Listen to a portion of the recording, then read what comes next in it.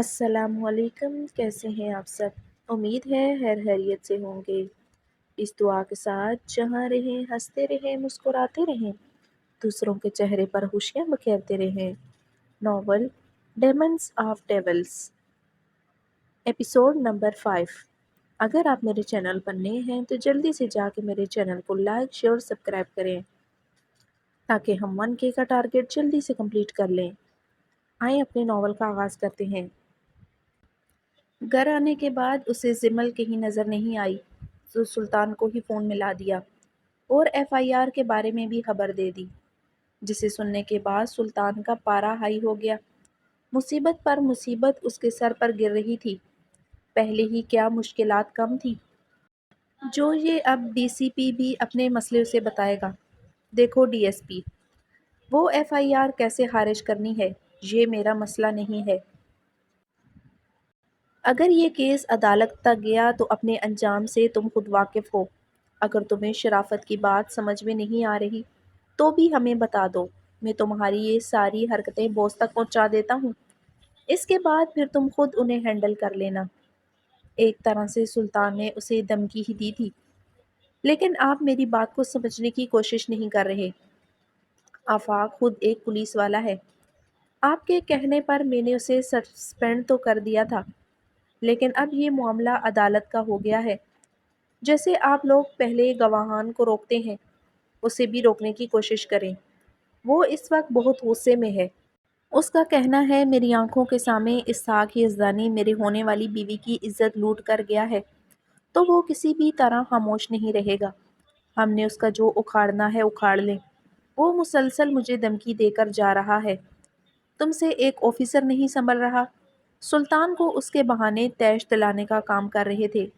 دیکھیں میں بہانہ نہیں کر رہا، کوئی اور ہوتا تو یہ بات شاید آپ تک پہنچتی ہی نہیں، لیکن اسے قانون کی پوری سمجھ ہے۔ مجھے ایک بات بتاؤ، تمہارا وہ آفیسر کس بنا پر عزت لوٹنے کی بات کرتے ہوئے یہ FIR کٹوا رہا ہے، جبکہ جس سے باس نے نکاح کیا ہے وہ تو آج ان کے پاس موجود ہے؟ آخرکار سلطان نے حکم کا ایکا نکالا۔ اس لڑکی کو ابھی ابھی وہ ڈیمن مینشن کے اندر دیکھ کر آ رہا تھا۔ کیا کہا آپ نے؟ یہ خبر DSP کے لیے کافی چونکانے والی تھی۔ جی ہاں، کان کھول کر سن لو، جسے ہمارے باس نے نکاح کیا ہے وہ اس وقت ان کے ساتھ ہے اور خوشی خوشی اپنی پوری رضامندی سے یہاں پر آئی ہے، تو FIR کٹوانے کا سوال ہی پیدا نہیں ہوتا۔ جاؤ اور اپنے اس آفیسر کو بتاؤ، ورنہ میں تمہارا دماغ درست کر دوں گا۔ قانون کی کتابیں تم نے پڑھی ہیں مگر تمہیں قانون مجھے سکھانا پڑتا ہے۔ آپ نے یہ بہت اچھی بات مجھے بتائی ہے۔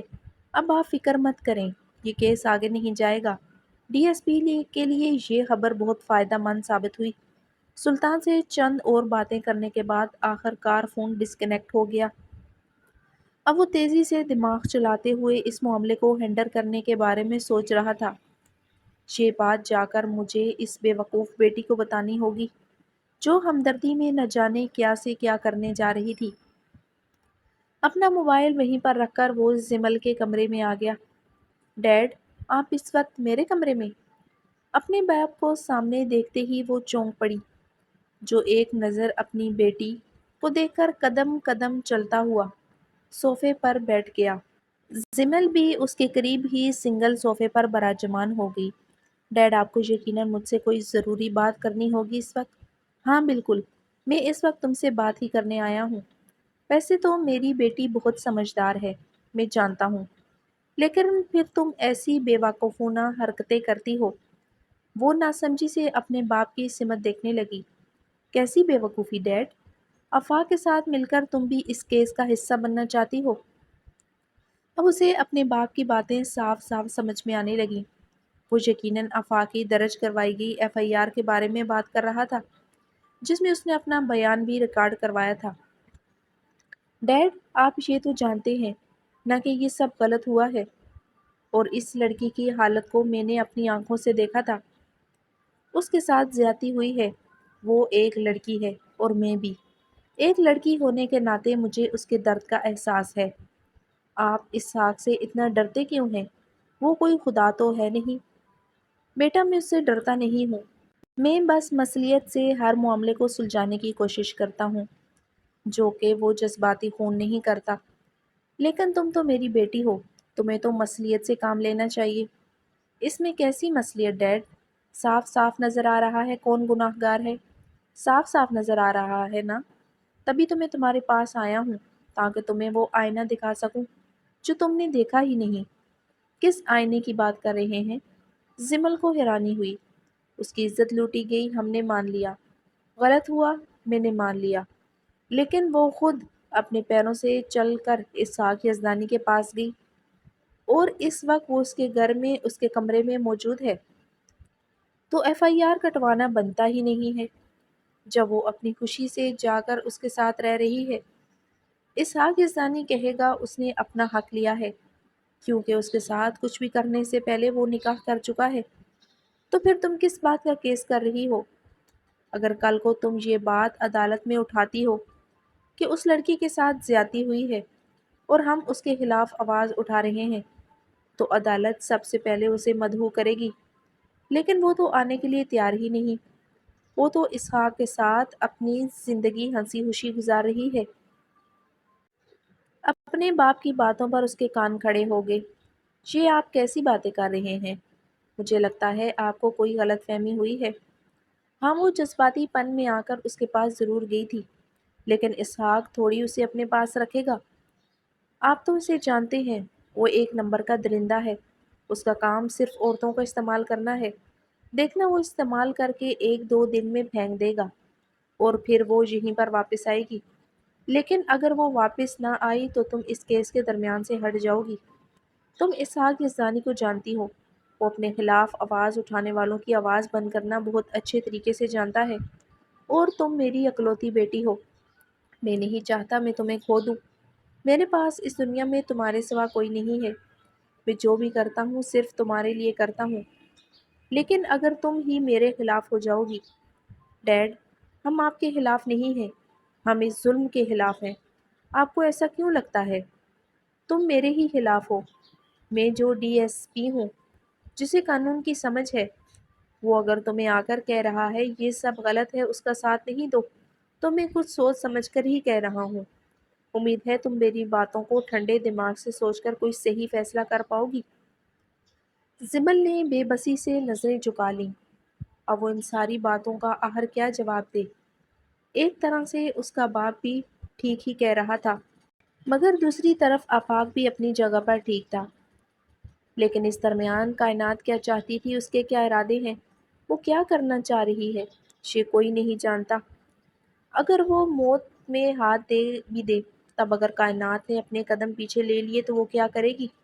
زمل واقعی سوچ میں ڈوب چکی تھی، اور اسے سوچوں میں ڈوبتا چھوڑ کر وہ واپس اپنے کمرے میں آ گیا۔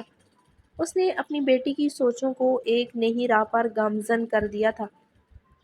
اسے امید تھی اب وہ اس کیس کا زیادہ دیر تک حصہ نہیں رہے گی۔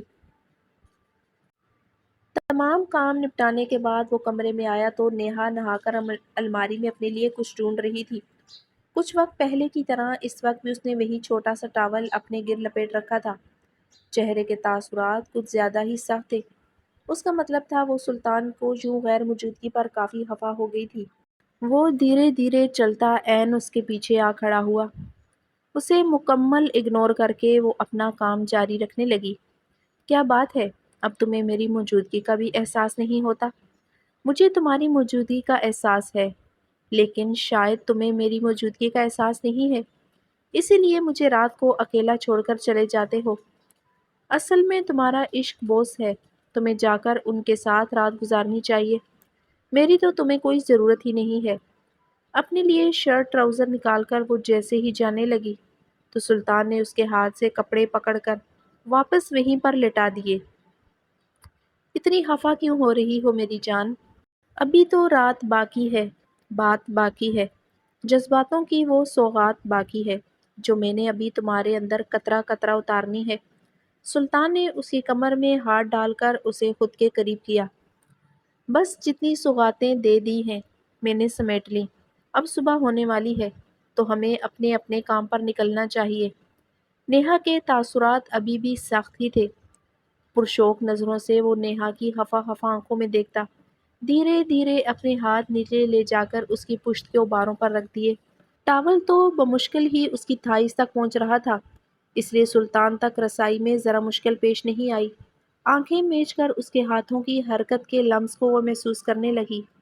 وہ بخوبی سمجھ رہی تھی اس وقت وہ کس چیز کا طلبگار تھا، لیکن وہ اپنی ناراضگی اتنی جلدی تو ختم نہیں کرنا چاہتی تھی، اس لیے سلطان کے ہاتھوں کو اپنی پشت سے ہٹا کر اس کی باہوں سے نکلی اور دوبارہ اپنا سوٹ اٹھانے لگی تو سلطان نے گہری نظروں سے اس کے دلکش سراپے کو دیکھا اور پیچھے سے ہی اسے اپنے حصار میں لے کر مضبوط بازو اس کی نازک سی کمر کے گرد حمائل کر کے اپنا سر اس کے بالوں میں چھپاتے ہوئے اس خوبصورت گردن پر اپنے لب رکھے۔ سلطان کی گہری سانس اور سلگتے ہونٹوں کا دہکتا لمس اپنی گردن پر محسوس کر کے وہ آنکھیں موند گئی۔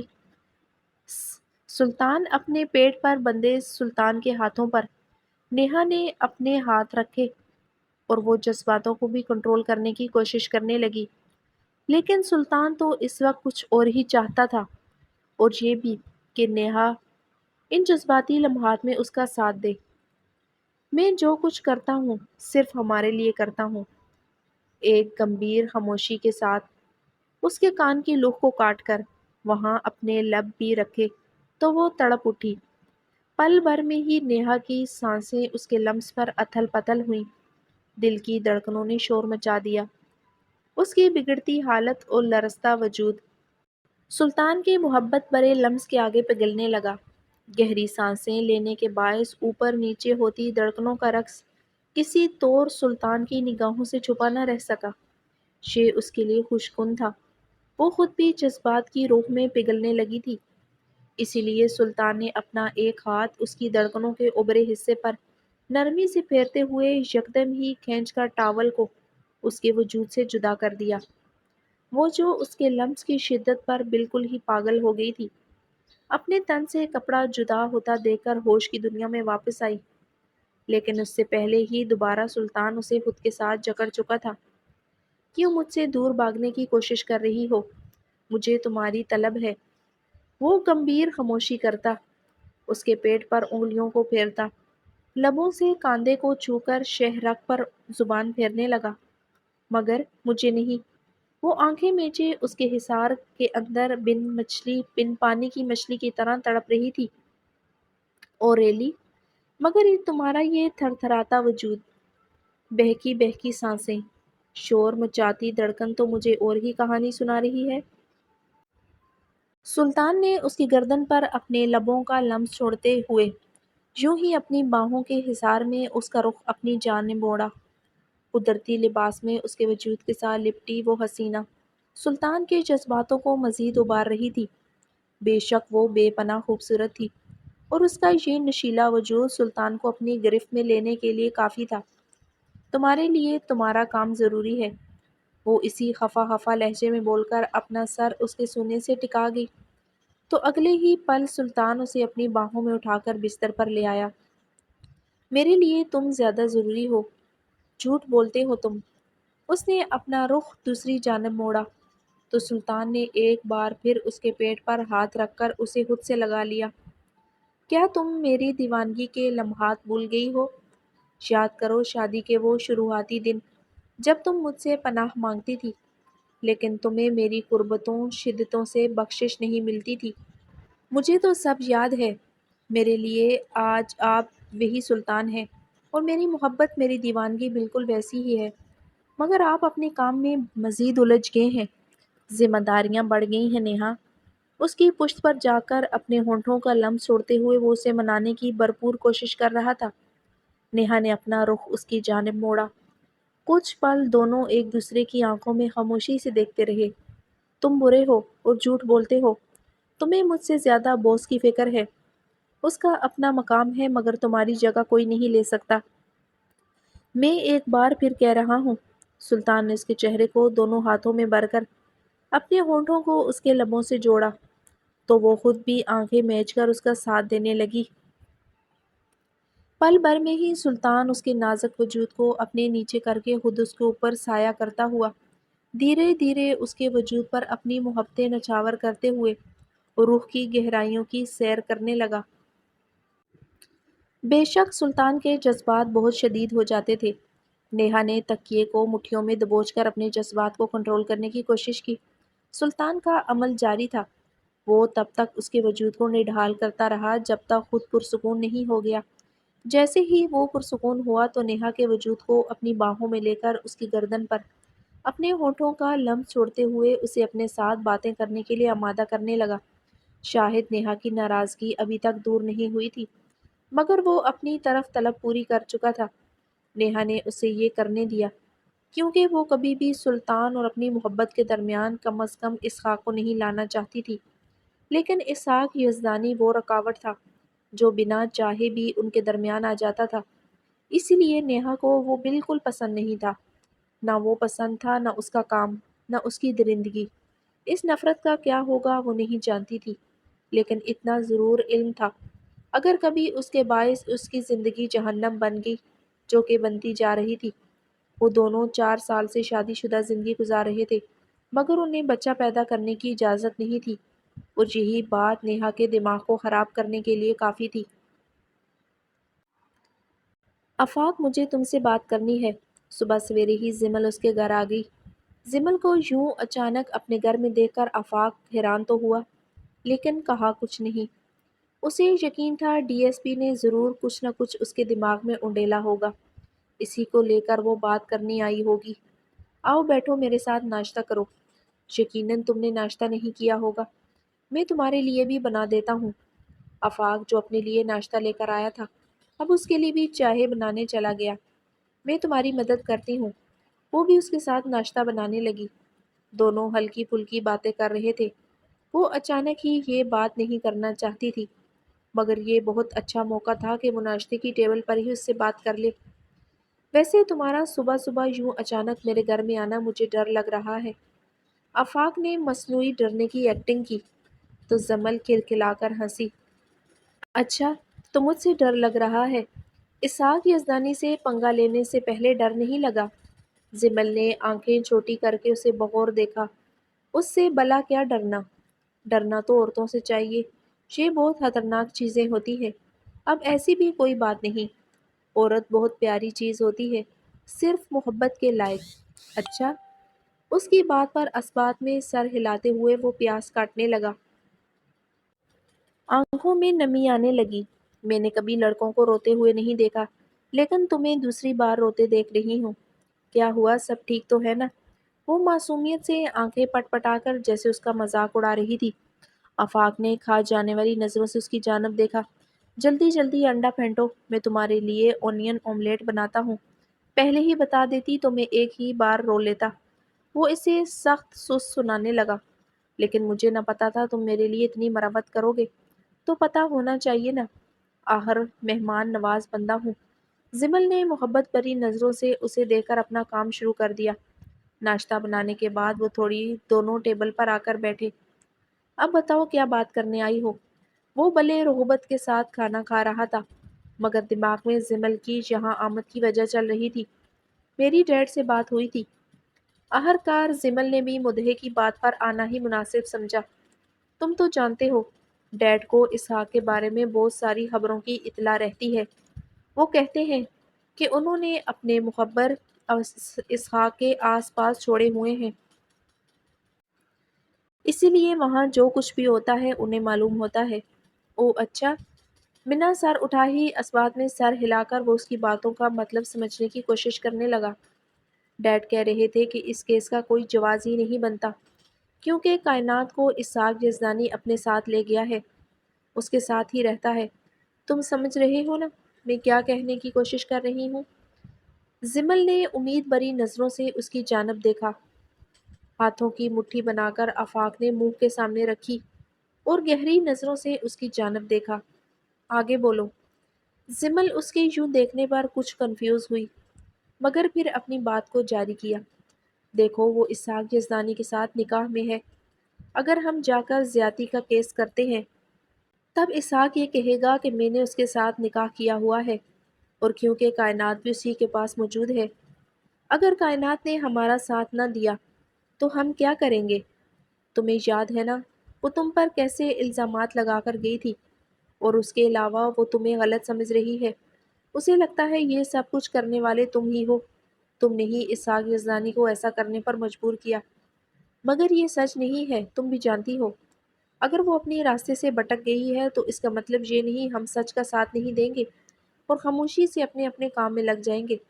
تم میری بات نہیں سمجھ رہے آفاق، زمل چمچلا گئی۔ تو سمجھاؤ نا۔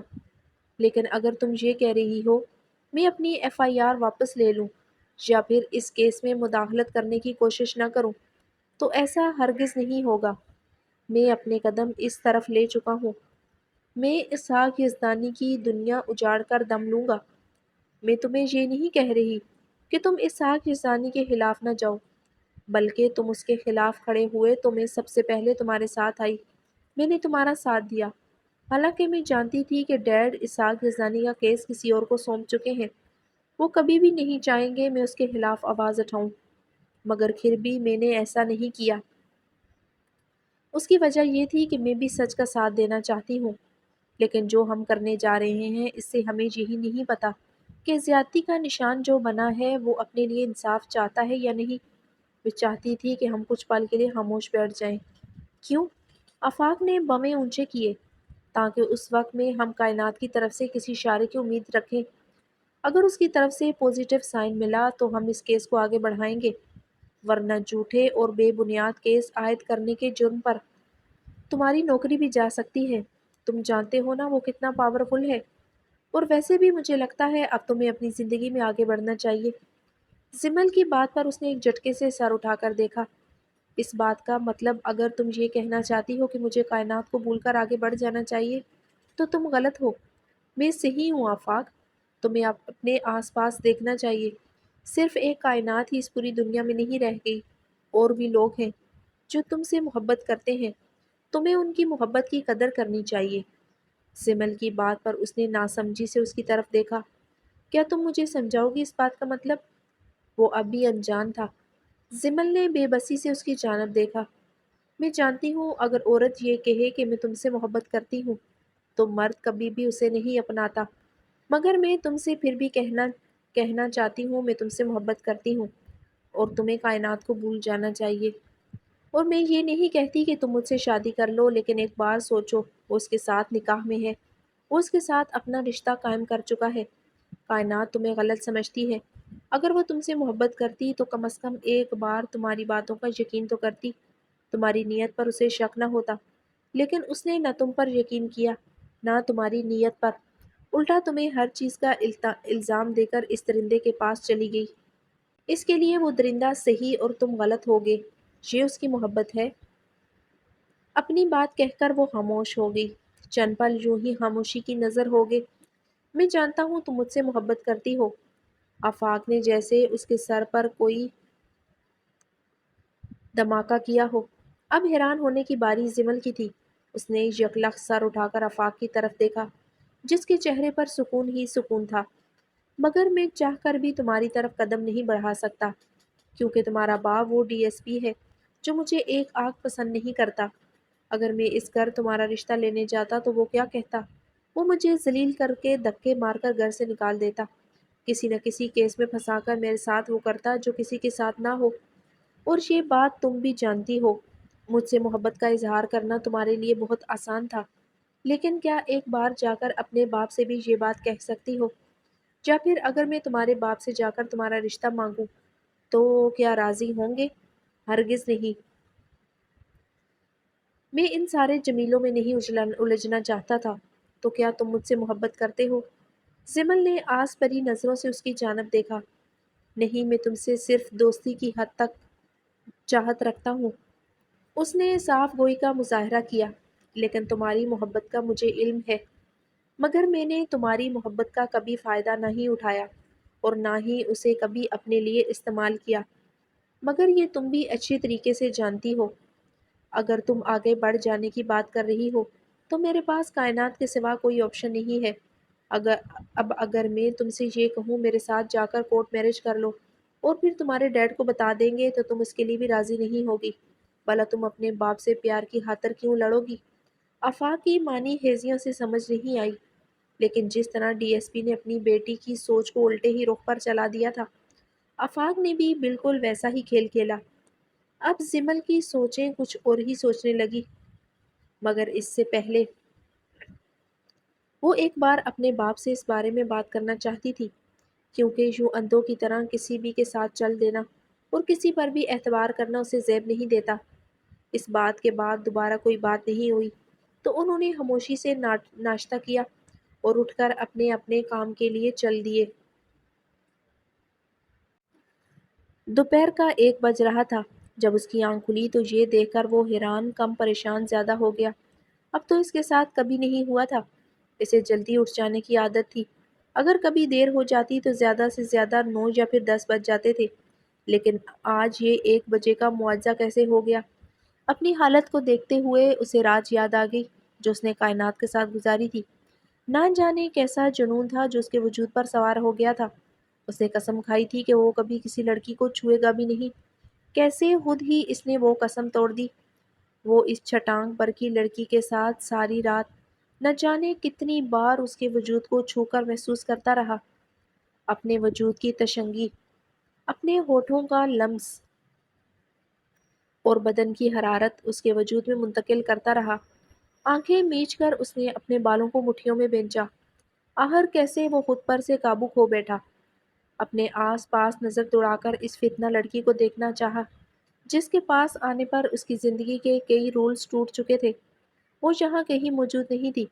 کچھ دیر وہ اپنے بکھرے کمرے کو دیکھتا رہا۔ اس کمرے کے اندر ساری چیزیں ہی اس کی فیورٹ تھی۔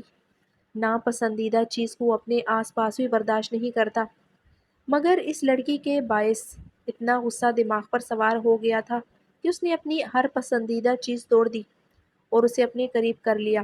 اس کے سارے اصول پسندیدہ چیزیں توڑوانے کے بعد وہ لڑکی خود غائب تھی، یقیناً یہاں سے بھاگ گئی ہوگی۔ میری شدتیں، میری قربتیں برداشت نہیں کر پائی۔ بھلا اس نازک سی لڑکی میں اتنا دم کہاں کہ وہ اس ساک یزدانی کو سہ پائے؟ تبھی تو رات بار بار بے ہوش ہو رہی تھی۔ اپنے ہی من میں کئی کہانیاں بنا کر وہ کائنات کی حالت پر ہنستا ہوا شاور لینے چلا گیا۔ آج اسے اپنے وجود کے اندر کچھ انوکھا ہی محسوس ہو رہا تھا۔ ایسا لگ رہا تھا جیسے نئی روشنی زندگی میں آ گئی ہو، ایک نیا سورج طلوع ہوا ہو، جیسے کئی سالوں پرانے اندھیرے کمرے میں روشنی کی لکیریں چھن سے آ گئی ہوں۔ خود کو اتنا ہلکا پھلکا سا اس نے کبھی محسوس نہیں کیا۔ ایسا لگ رہا تھا جیسے وجود کے اندر کا سارا غبار نکل گیا ہو۔ چہرے پر بار بار مسکراہٹ آ رہی تھی، مگر وہ مسکرانا تو نہیں چاہتا تھا، کیونکہ سنجیدگی اسحاق یزدانی کے چہرے کا خاصہ تھی۔ اچھی طرح تیار ہو کر وہ باہر نکلا۔ نوکر اسے بغور دیکھ رہے تھے۔ ان کا یوں حیرانگی کے ساتھ نوٹ کرنا اسحاق نے بھی نوٹ کیا، مگر اس کی ایک گوری اور تمام ملازمین کے سر جھک گئے۔ میرا روم صاف کر دو۔ اپنے روم کی صفائی کا آرڈر دے کر وہ ڈائننگ ٹیبل پر آیا، مگر وہاں آتے ہی مانو اس کے 14 طبق ہی روشن ہو گئے۔ وہ چھٹانگ بر کی لڑکی جسے وہ سمجھ رہا تھا کہ یقیناً بھاگ گئی ہوگی، وہ اسی کے کپڑے پہنے ڈائننگ ٹیبل پر بیٹھی مزے سے ناشتہ کر رہی تھی۔ تم یہاں؟ وہ اسے ایسی حالت میں دیکھ کر چکرا کے رہ گیا۔ اوپر سے اس کی ڈائننگ ٹیبل پر بنا اجازت وہ آخر بیٹھی کیسے تھی؟ کائنات نے ایک نظر اٹھا کر اس کی جانب دیکھا اور پھر اپنے کھانے میں مشغول ہو گئی۔ اسحاق یزدانی کو اگنور کرنا، اس کی باتوں کا جواب نہ دینا، یہ اصول تو آج تک اس جیمن مینشن میں تھا ہی نہیں۔ اس کی تو ایک پکار پر سارے نوکر دوڑے آتے، ایک آرڈر پر ہر کام ہو جاتا تھا، اور یہ لڑکی اس سوال کا جواب دینا ہی ضروری نہیں سمجھ رہی تھی۔ میں نے تم سے کچھ پوچھا مس کامتی دنیا؟ ابھی تک یہاں سے دفع کیوں نہیں ہوئی؟ نکلو یہاں سے، اس سے پہلے میں تمہیں اٹھا کر یہاں سے باہر پھینکوں۔ تم یہاں پر کیا کر رہی ہو؟ نوالا حلق سے نیچے اتار کر کائنات نے کھا جانے والی نظروں سے اس کی جانب دیکھا۔ کل رات میرے ساتھ جو کچھ کرنے کے بعد، اپنا حق لینے کے بعد اب تمہیں لگ رہا ہے میں یہ گھر چھوڑ کر جاؤں گی؟ خود ہی تو مجھے اس گھر کے اندر لے کر آئے تھے۔ کیا جس کو گھر کے اندر لے کر آتے ہیں اسے باہر جانے کا بھی بولتے ہیں؟ میں نے تو سنا ہے تم بڑے دریا دل ہو، جسے ایک بار اندر لے آؤ اسے واپس نہیں بھیجتے۔ تم نے یہ کہاں سنا؟ اپنی طرف سے من گڑت کہانیاں نہیں بناؤ۔ چلو کہانیاں ہی صحیح، کیا تمہارے اندر اتنی انا بھی نہیں ہے جسے کندھوں پر اٹھا کر گھر لے آؤ، اسے اپنے گھر کے اندر ہی رکھو، خاص کر بیوی کو، جس کے ساتھ ساری رات اپنی منمانیاں کرتے رہے ہو۔ کائنات نے بھی نوکروں کی پرواہ کیے بغیر اسے آئینہ دکھایا۔ تم جیسی کتنی آتی ہیں، سب کے ساتھ میں رات گزارتا ہوں۔ وہ اپنا معاوضہ لیتی ہیں اور چلی جاتی ہیں، مگر میں معاوضہ نہیں لوں گی، نہ ہی تمہارے پیسوں سے کوئی مطلب ہے۔ مجھے تم سے مطلب ہے سرتاج۔ وہ دوبارہ ناشتہ کرنے لگی۔ لیکن میں تمہاری شکل بھی نہیں دیکھنا چاہتا۔ رات تو میرے پورے وجود کو بغور دیکھ رہے تھے۔ اس کی بات کو کائنات نے درمیان میں ہی کاٹا تو کچھ پل کے لیے اسحاق چپ رہ گیا۔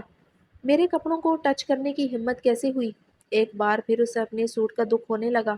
در حقیقت وہ بات کو پلٹ گیا تھا، کیونکہ اس کے سوال کا جواب نہیں دینا تھا۔ تمہاری اوقات سے مہنگے کپڑے ہیں یہ، جنہیں تم نے زیب تن کر رکھا ہے۔ انہیں اتارو اپنے اس وجود سے۔ نہیں اتار سکتی۔ اگر میں اتاریں گی تو آپ بہک جائیں گے، اور میرے پاس دوسرے کپڑے نہیں ہیں۔ شوہر ہونے کے ناطے یہ تمہارا فرض بنتا ہے، میرے لیے کپڑوں کا انتظام کرو، ورنہ میں تمہارے ہی کپڑے پہنوں گی۔ تمہاری اتنی ہمت؟ وہ اتنی زور سے دہاڑا تھا کہ جتنے بھی نوکر وہاں آس پاس موجود تھے سبھی دور ہو گئے۔ ایسے چلا کر کسی ڈرانے کی کوشش کر رہے ہیں۔ مجھے تو ڈر نہیں لگتا۔ وہ بے خوف نظروں سے اس کی جانب دیکھنے لگی۔ اسحاق یزدانی کو تعجب ہوا۔ یہ انسان ہی تھی کیا؟ واقعی اس لڑکی کو اس سے ڈر نہیں لگ رہا؟ وہ جو اپنی پوری فوج پر چلاتا تھا، اس کا ایک بہت بڑا گینگ تھا۔ بڑے بڑے گینگسٹر اس سے ڈرتے تھے، لیکن اس سے یہ چٹانگ بر کی لڑکی کیوں نہیں ڈر رہی؟ وہ حیرت زدہ سا اس کے ایک ایک تاثر کو نوٹ کر رہا تھا، لیکن کہ شاید وہ اپنے ڈر پر قابو پانے کی کوشش کر رہی ہو، مگر وہ بے خوف تھی۔ باس، مجھے آپ سے ضروری بات کرنی ہے۔ سلطان نے ایک نظر کائنات پر ڈالی جو اسحاق یزدانی کے کپڑے پہن کر ڈائننگ ٹیبل پر بیٹھی مصروف انداز میں ناشتہ کر رہی تھی۔ اس نے آنکھوں ہی آنکھوں میں اس لڑکی کو داد تو ضرور دہنی چاہی، جس نے ایک ہی رات میں اسحاق یزدانی کی ڈائننگ ٹیبل اور اس کے کپڑوں پر قبضہ کر لیا تھا۔ اس کے کپڑوں کو پہننے کے بارے میں کوئی سوچ ہی نہیں سکتا تھا، اور یہ ڈائننگ ٹیبل یہ بہت بڑی تھی، یہاں 20 سے 25 لوگ آرام سے بیٹھ سکتے تھے، لیکن اتنی بڑی ڈائننگ ٹیبل پر اسحاق یزدانی کی مرضی کے بغیر کوئی نہیں بیٹھ سکتا تھا۔ مگر یہ لڑکی نہ صرف بیٹھی تھی بلکہ کھانا بھی کھا رہی تھی، اور اس پر تضاد اسحاق یزدانی کو طیش بھی دلا رہی تھی۔ اسحاق نے یکدم مڑ کر سلطان کی طرف کھا جانے والی نظروں سے دیکھا۔ اس کی آنکھوں سے پھوٹتے شرارے شدید غصے کا پتہ دے رہے تھے۔ سلطان نے گہرا سانس لے کر تھوک نگلا۔ وہ خوف کھا گیا تھا۔ جبڑے سختی سے بھینچ کر وہ سلطان کے پاس آیا۔ بولو سر، اس لڑکی کو لے کر ڈی ایس پی نے بولا ہے کہ اس سے پہلے والے مطلب آفاق نے آپ پر کیس کر دیا ہے۔ وہ کہتا ہے آپ نے اس کی ہونے والی بیوی کی آنکھوں کے سامنے عزت لوٹی ہے، اور اس بات کے 2 گواہ بھی ہیں۔ ڈی ایس پی کی بیٹی خود اس میں شامل ہے اور اس کی گواہی دے رہی ہے۔ اس کی بات سن کر اسحاق نے ایک نظر کائنات کی جانب دیکھا، جو ابھی بھی ناشتے سے انصاف کرنے میں مصروف تھی۔ آنکھوں سے ہی اس نے سلطان کو اپنے ساتھ چلنے کا اشارہ کیا۔ اسحاق یزدانی اور سلطان اس کے پیچھے تھا۔ وہ دونوں سائڈ پول پر آ گئے تھے۔ یہ سب کیسے ہوا؟ اس کی ہمت کیسے ہوگی؟ اس کی آنکھوں کے سامنے یہ سب کچھ کر کے آ گیا، مگر وہ پھر بھی نہیں سدھرا۔ اسے اس بات کا اندازہ ہو جانا چاہیے، جب میں اس کی عزتوں کے ساتھ کھیل سکتا ہوں تو پھر اس کی جان لینا تو میرے لیے کوئی بڑی بات ہی نہیں۔ بوس، اگر میں آپ کو اس بات کا مشورہ دوں، ویسے میں اس قابل تو نہیں ہوں کہ مشورہ دوں۔ وہ یکدم ہی اسے مشورہ دینے سے پہلے اپنی صفائی بھی دینے لگا۔ اگر آپ اس لڑکی کو اپنے ساتھ رکھتے ہیں تو ہم یہ کہنے کے قابل ہو جائیں گے کہ اس کا آپ کے ساتھ نکاح ہو چکا ہے، اور بیوی اپنے شوہر کے ساتھ رہ سکتی ہے۔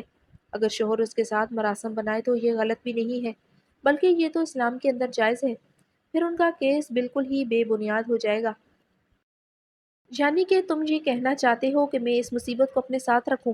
وہ یکدم دہاڑا تو سلطان اپنی جگہ سے 2 قدم پیچھے ہٹا۔ میں تو صرف صلاح دے رہا تھا، آگے آخری فیصلہ آپ کا ہی ہوگا۔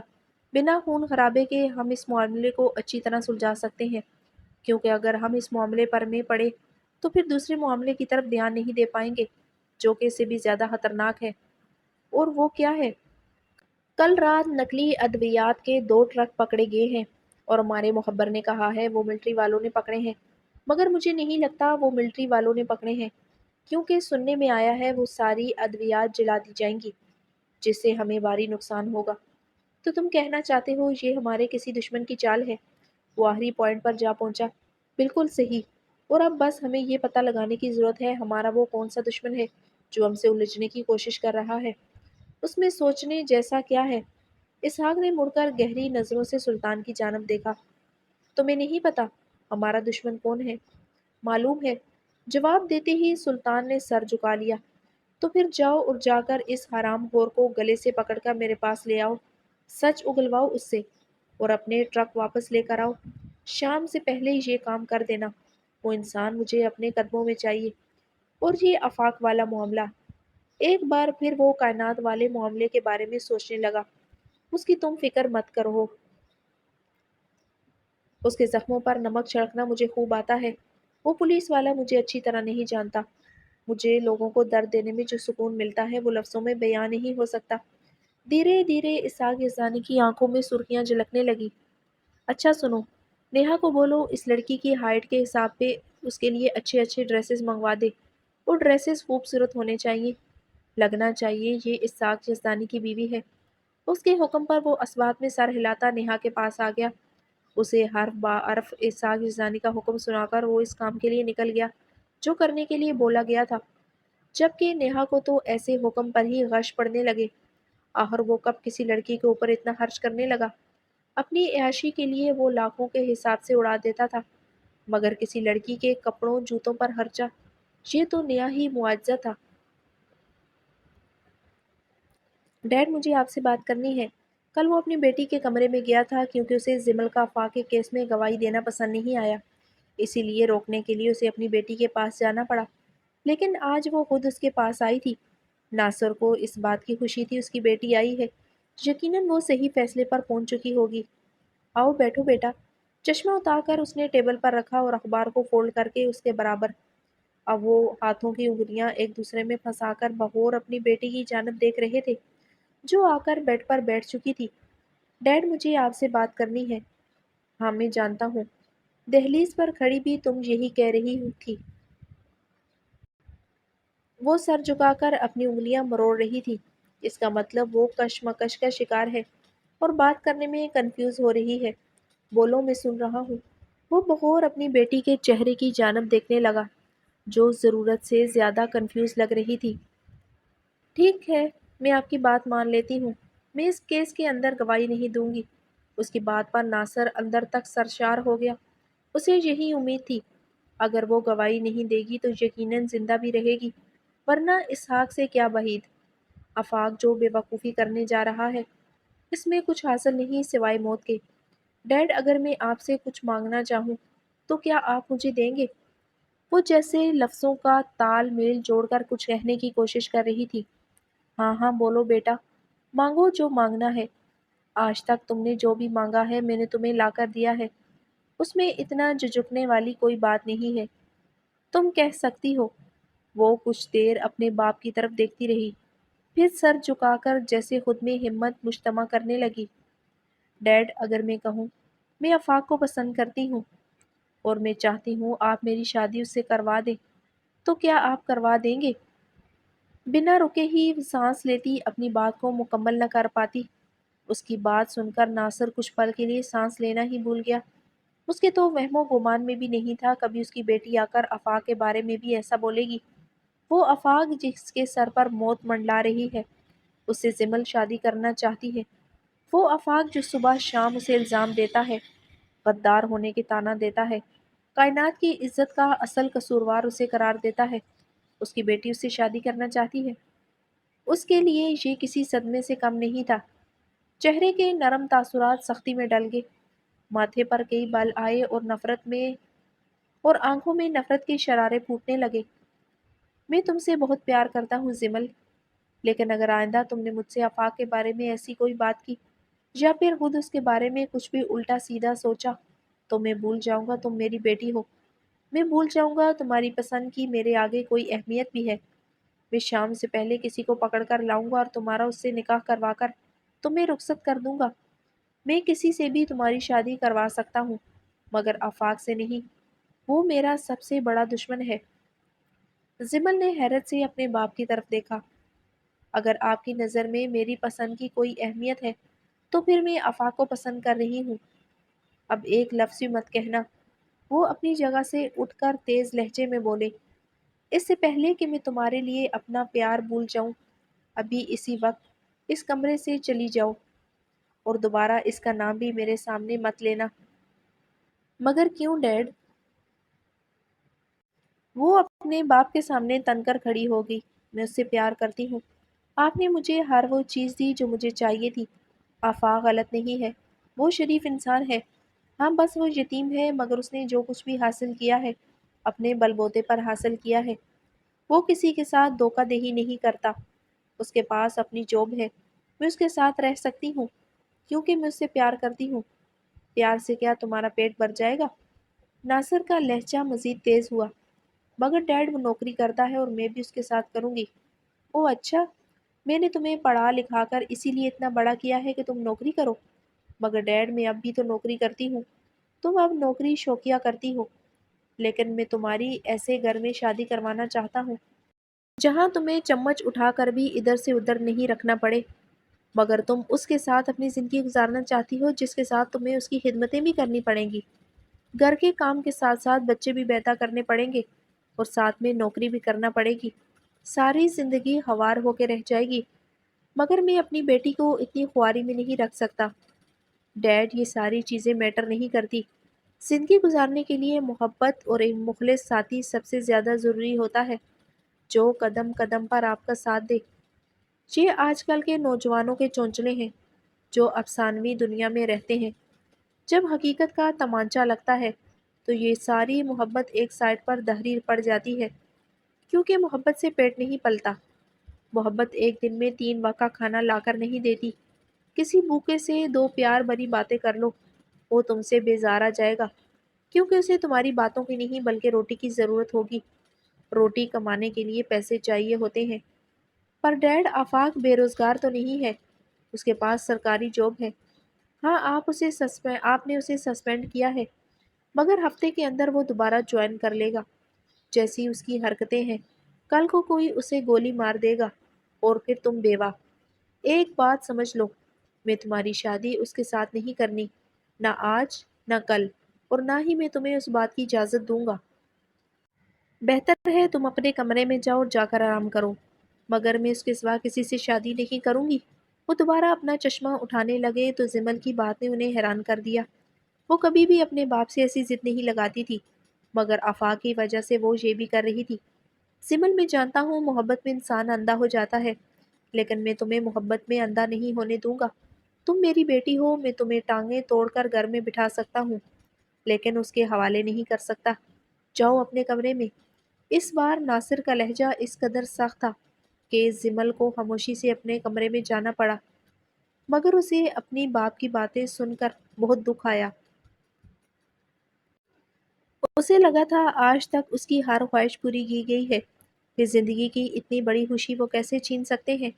لیکن یہاں تو اس کی امیدوں پر پانی ہی پھر گیا۔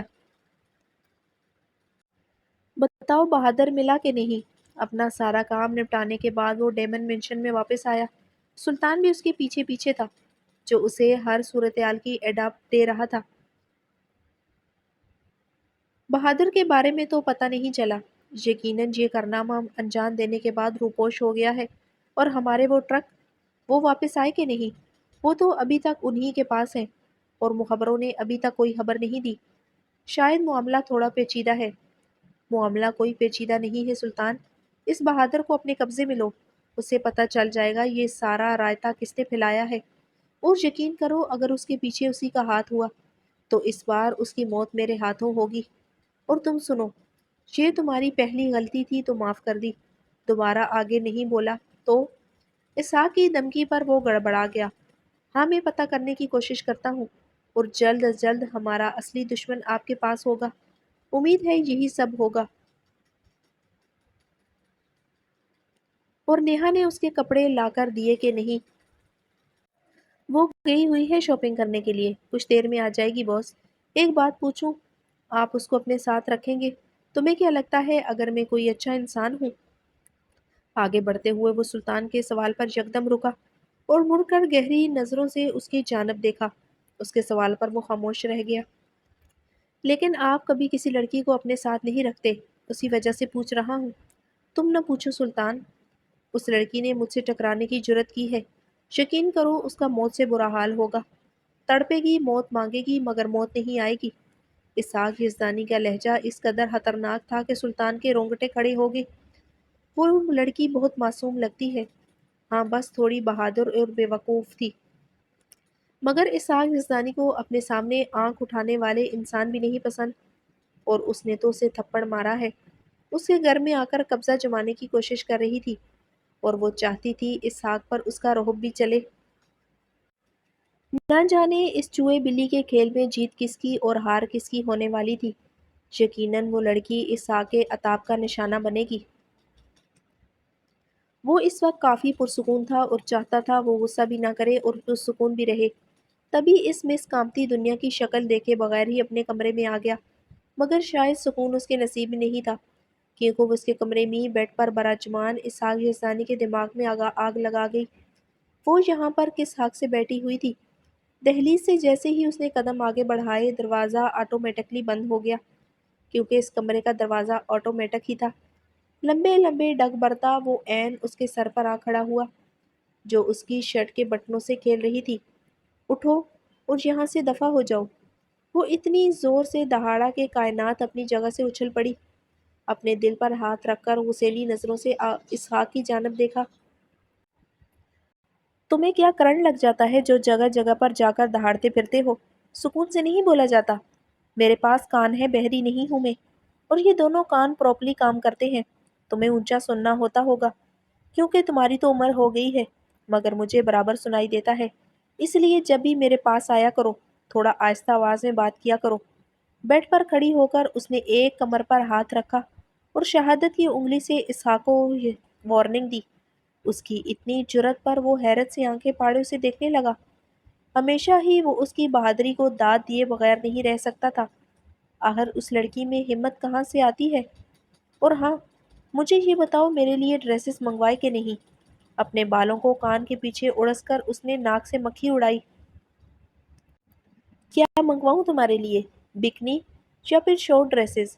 اسحاق نے دانت کچکچائے۔ نہیں، یہ بکنی اور شارٹ ڈریسز تو تمہیں سوٹ کرتے ہیں، میرے لیے پیارے پیارے سوٹ اور فراک منگوا دو۔ ایسے جواب کی تو اسحاق کے فرشتوں کو بھی توقع نہیں تھی۔ اس نے ضبط سے مٹھیاں بھینچی۔ تم یہاں میرا دماغ جلا رہی ہو اور وہاں تمہارا وہ ناکام عاشق مجھ پر کیس کر رہا ہے۔ اچھا ہے، میں تو چاہتی ہوں سارا زمانہ تم پر کیس کر دے۔ تم جیل کی چکی پیسو، اونڈے موالی۔ تم جیل کی چکی پیسو، ہنڈے موالی۔ وہ طنزیہ لہجے میں دونوں ہاتھ کمر پر رکھ کر بیڈ پر ادھر ادھر چلنے لگی، اور اسحاق کے دماغ میں مانو آگ ہی لگ گئی ہوگی۔ میرے کپڑے اتارو۔ اس کا دماغ درست کرنے کا ایک آخری حل اسحاق کے پاس یہی تھا۔ جب میرے کپڑے آ جائیں گے تو اپنے کپڑے واپس لے لینا۔ تم نے تو میرے کپڑے لیے تھے، نہ جانے کہاں رکھ دیے ہیں۔ جہنم میں چلے گئے تمہارے کپڑے۔ وہ کپڑے نہیں، کچرا تھا۔ ایسے کپڑوں سے میرے گھر میں پوچھا بھی نہیں لگتا، لگ بھی نہیں سکتا، کیونکہ وہ میں پہنتی ہوں۔ اتنی تذلیل پر کائنات کے کان کی لو تک سرخ ہو گئی، مگر وہ بھی کہاں جھکنے والی تھی۔ جیسے ہی وہ بیڈ سے نیچے اترنے لگی، اسحاق نے شرٹ کا کالر دبوچ کر اسے اپنی طرف کھینچا اور ایک ایک کر کے اس کی شرٹ کے بٹن کھولنے لگا۔ کائنات کی آنکھیں حیرت سے پھٹی کی پھٹی رہ گئی۔ یہ تم کیا کر رہے ہو؟ اپنے گریبان کے دو بٹن کھلتے ہی اس نے دونوں سائڈوں کو پکڑ کر آپس میں جوڑا تھا۔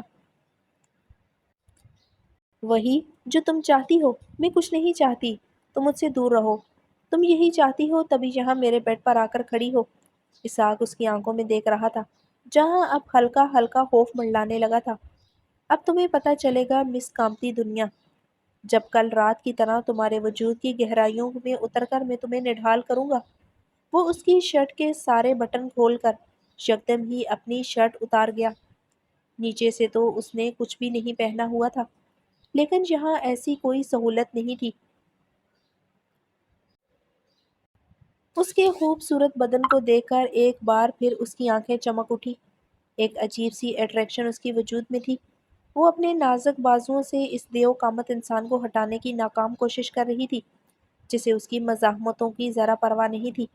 پینٹ کو اس نے فولڈ کر کے ٹخنوں تک کیا ہوا تھا اور پیٹ پر بیلٹ کی مدد سے بمشکل باندھا ہوا تھا، لیکن جیسے ہی اسحاق نے بیلٹ پکڑ کر کھینچا، وہ پردہ بھی اس کے تن سے جدا ہو گیا۔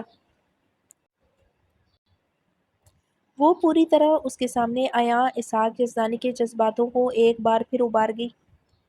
اس بار اس کی آنکھوں میں خوف کے ساتھ ساتھ نمی بھی آ گئی۔ کیا ہوا؟ اچھا نہیں لگ رہا؟ وہ شیطانی مسکراہٹ سے جائے سوال کرنے لگا۔ مجھے یوں بے لباس کر کے تمہیں کیا لگتا ہے تم کو ہی بہت بڑا تیر مار رہے ہو؟ کائنات کا لہجہ گلوکیر ہوا تو اسحاق یزدانی کی نس نس میں سکون دوڑ گیا۔ وہ اپنے سامنے انسانوں کو یوں ہی روتا اور فریادیں کرتا دیکھنا چاہتا تھا۔ یہ لڑکی جو اس کی بات نہیں مان رہی تھی اب اس کے قابو میں آنے لگی تھی۔ یکدم ہی اسحاق نے اسے بیڈ پر دھکا دیا، مگر وہ پھر بھی بنا ہمت ہارے اٹھنے لگی تو اسحاق نے اسے گردن سے دبوچ کر دوبارہ بیڈ سے لگایا۔